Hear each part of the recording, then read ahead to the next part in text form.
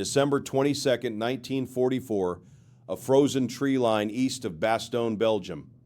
A grenadier of the German 26th Volksgrenadier Division pressed himself into a foxhole that the cold had turned to iron and looked out across the white fields at a town his generals had promised would already be theirs.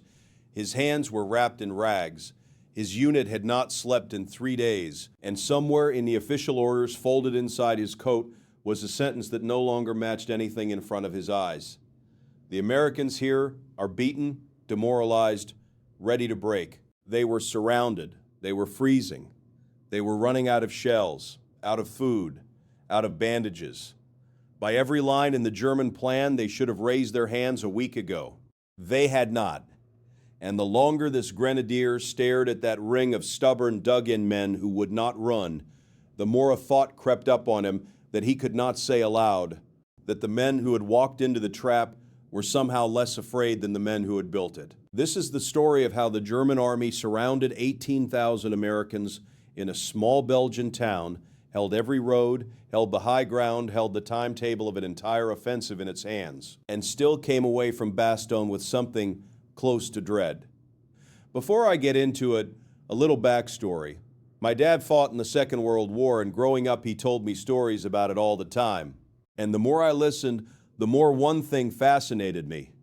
Not what our side did, but what it looked like from the other side. The men who were supposed to win, what they saw, what they were told, and the moment they realized none of it was true. So that's how I like to tell these stories, through the eyes of the enemy who couldn't stop us.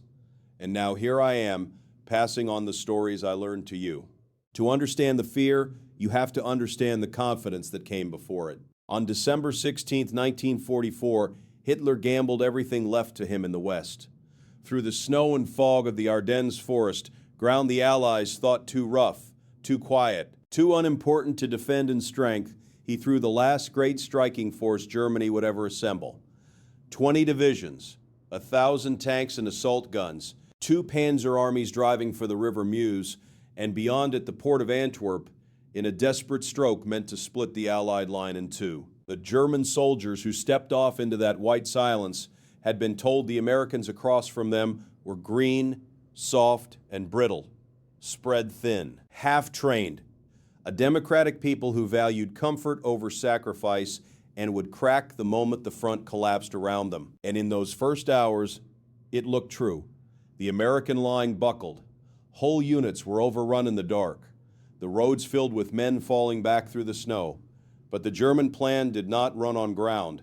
It ran on time. Every panzer pointed at the Meuse needed fuel, and fuel meant roads, and in the Ardennes the roads ran through towns, and there was one town where 7 of them met like the spokes of a wheel. A road hub a panzer army could not go around, could not ignore, could not leave behind.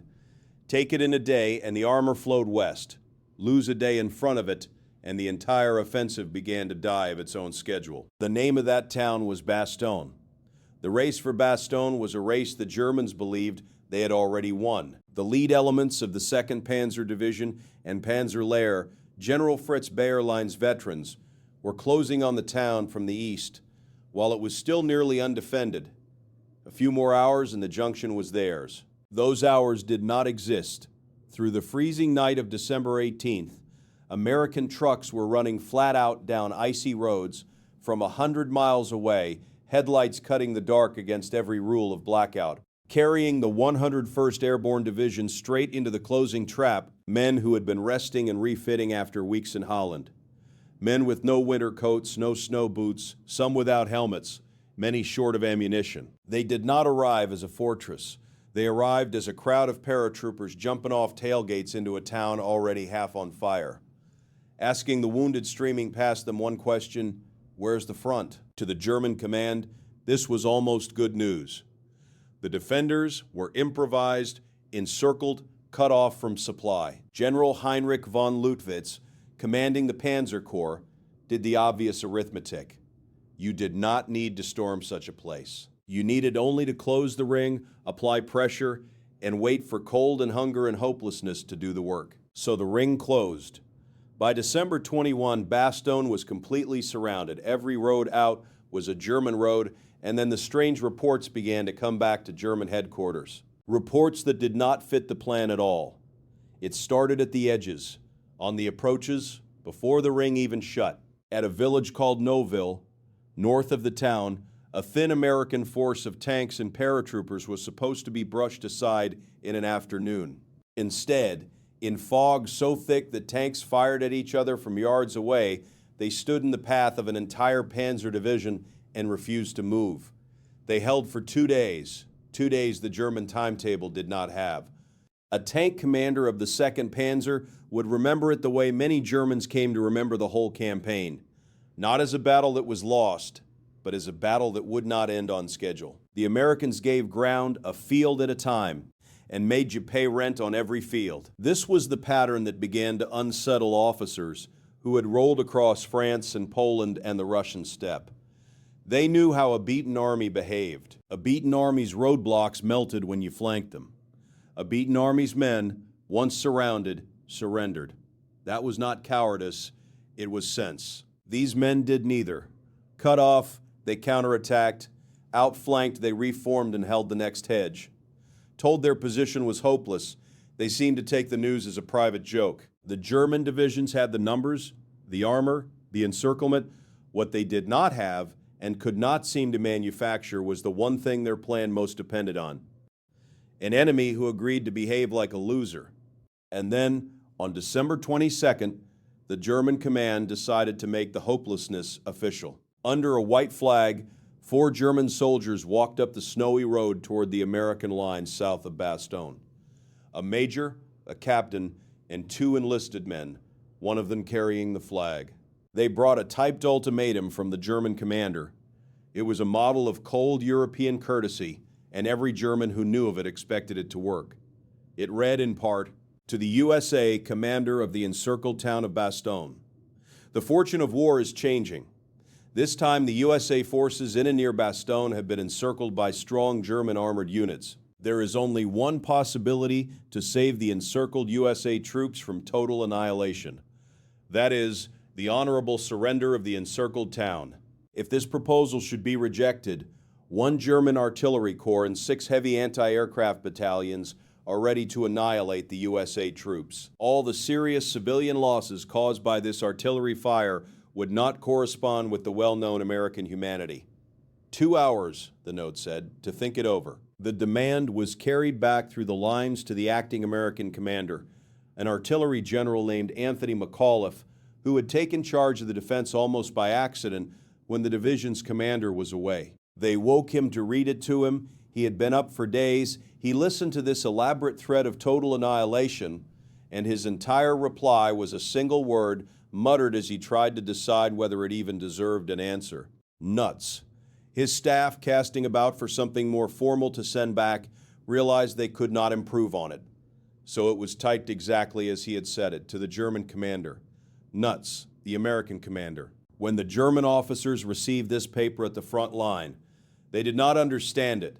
They were fluent men, but the word was not in any dictionary of war they had been trained on. They asked carefully whether the reply was affirmative or negative. The American colonel who handed it to them, a man named Harper, told them plainly that it was decidedly not affirmative and that if they did not understand it, it meant the same thing as go to hell. He added that they had better take cover because the men they were about to bombard would kill every one of them who tried to attack. The German party saluted and walked back across the snow to deliver the strangest message of the campaign. The encircled, starving, surrounded Americans, offered an honorable way out of certain death, had answered the German army with a joke, and then they had told them to go to hell. For the German command, that single word did more damage than a lost battalion. An enemy you have surrounded is supposed to be looking for the door. This enemy had looked at the door, laughed, and gone back to cleaning his rifle. So the artillery came as promised. And the assaults came with it. For the men inside the ring, the days after the ultimatum were the worst of the siege. The temperature fell below freezing and stayed there. Snow drifted into the foxholes. The wounded gathered in cellars in a battered aid station lay on the floor because there was nothing left to treat them with. Surgeons working without enough plasma, without enough morphine, without enough of anything. Food ran down to a few rounds and a few mouthfuls a man. They were holding a perimeter 16 miles around with men who had not been warm or full or unafraid in a week. And from the German side, the pressure never let up. Attacks came in from the east, from the north, from the southwest, probing for the soft spot in the ring. Tanks and grenadiers hit the American line and were thrown back into the snow, reformed, and came again. But here the German command ran headlong into the same wall the Japanese would describe an ocean away. The discovery that hammering these men did not soften them, it hardened them. Every shelled village, every overrun outpost, every friend lost in the snow did not break the defenders' will. It fed it. The worse it got inside Bastogne, the harder the Americans were to move. A grenadier who survived those assaults put it simply afterward. We kept waiting for them to be finished, and they kept not being finished. The German divisions were paying too, paying in armor they could not replace and in hours they could not spare. Every shell fired at Bastogne was a shell not fired toward the Meuse. Every battalion bled against that perimeter was a battalion no longer racing west. The town that was supposed to be a quick formality had become a stone in the throat of the entire offensive. And then, on December 23rd, the German soldiers around Bastogne looked up at the one thing they had been dreading more than any American on the ground. The sky cleared. For a week, low cloud and fog had been the German army's great ally. It had hidden the panzers from the air. It had grounded the overwhelming Allied air forces and made the Ardennes for a few days a fair fight. On the morning of December 23rd, the weather broke clean and cold and blue. And into that blue sky came the sound the German columns had learned to fear across all of France. The drone of hundreds of engines. First came the transports. Wave after wave of cargo planes flew straight over the perimeter at low altitude, through the flak, and rained parachutes down into Bastogne. Bundles of ammunition, medical supplies, rations, dropped to the men in the snow below by pilots who would not turn away from the guns. The siege that was supposed to starve the defenders had just been fed from the air in front of the whole German army. And then came the fighter bombers. Squadrons of thunderbolts came down out of that clear sky onto the German positions ringing the town. Onto the tanks in the tree lines, the columns on the roads, the gun pits, and the assembly areas, the hunters around Bastogne became the hunted. German crews who had spent the week tightening a noose now spent it diving for cover, watching their armor burn on roads they controlled, unable to mass for an attack without inviting destruction from above. A German officer caught in that turn of the weather recorded the feeling that ran through the ranks, the sudden sickening understanding that the encirclement had reversed inside his own mind. They held every road around Bastogne, and it no longer mattered. The Americans inside were being resupplied over their heads, and the Americans outside were on their way. The Germans made one last great effort to take the town before the door was kicked in from behind them. In the pre-dawn dark of Christmas Day, December 25th, the 26th Volksgrenadier Division threw its remaining strength at the western edge of the perimeter, near the villages of Champs and Hemrul, its last tanks painted white to vanish against the snow, grenadiers riding in behind them, gambling everything on a final breakthrough where the American line was thinnest. For a few minutes in the dark, it worked. The white tanks broke clean through the perimeter and rolled toward the town, and then the trap closed on the men who had spent 5 days building a trap. American tank destroyers, paratroopers, and glider infantry caught the breakthrough in a crossfire of point-blank fire, and within the hour, the attack that was meant to save the German timetable was a field of burning hulks short of Bastogne. The strongest punch the encircling force had left had been thrown, and the line had simply absorbed it and closed back up. The Germans around Bastogne had now tried it every way. They had raced for it and been beaten by ours. They had surrounded it and been laughed at. They had shelled it, starved it, and assaulted it, and it had only grown harder. And now they had spent their last reserves trying to crack it open in the dark, and failed. They were out of time, and they could hear the thing they had no answer for grinding up the road from the south. It arrived the next afternoon, December 26th. Driving up from the south, against the flank of the entire German salient, came the tanks of Patton's Third Army. The 4th Armored Division, and at its tip, a battalion of Shermans under a hard-driving lieutenant colonel named Creighton Abrams. They had been fighting north for days through the snow and the German blocking positions, ordered to relieve Bastogne and refusing to stop short of it. In the late afternoon light, a single Sherman commanded by a young lieutenant named Charles Boggess pushed through the last German line near the village of Assenoy and rolled up to a ring of cautious, dug-in paratroopers on the southern edge of the perimeter, men who had been told for a week that no one was coming. The corridor was open, thin, raw, swept by fire, but open. Bastogne was no longer surrounded. For the German command, the meaning was absolute and it was final. The road hub at the center of the whole offensive, the prize the Panzers had needed on the first day, was never going to fall. The timetable was dead.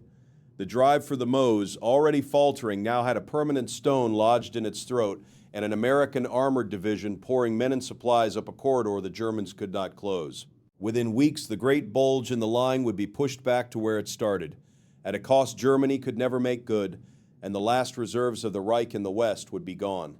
It had all turned on a town they had surrounded and could not take. After the war, when the German generals were prisoners and the propaganda had burned away, the men who had run that offensive were asked what went wrong in the Ardennes. They spoke of the fuel they never had and the air power that crushed them once the sky cleared, and the impossible roads.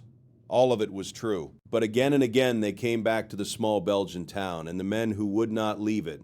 Von Manteuffel, who commanded the Panzer Army, would say that the defense of Bastogne was one of the things that broke the back of the whole attack.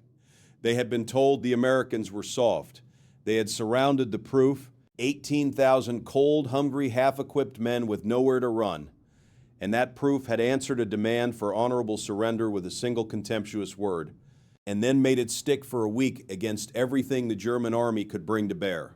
That was the thing the grenadier in the frozen tree line had sensed before anyone wrote it down. It was not that the Americans were braver than the Germans or wanted to live less. It was that they would not accept the part they had been assigned. Surrounded, they did not feel surrounded. Doomed, they did not feel doomed.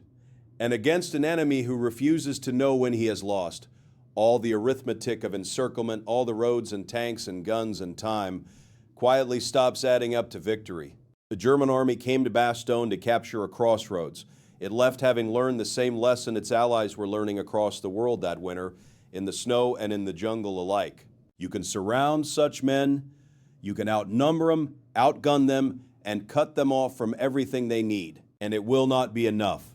Because the one weapon you cannot take from them, the one you never thought to plan for, is their flat refusal to believe they have lost. The German commander offered the Americans of Bastogne a way out of certain death. History remembers their entire answer: nuts.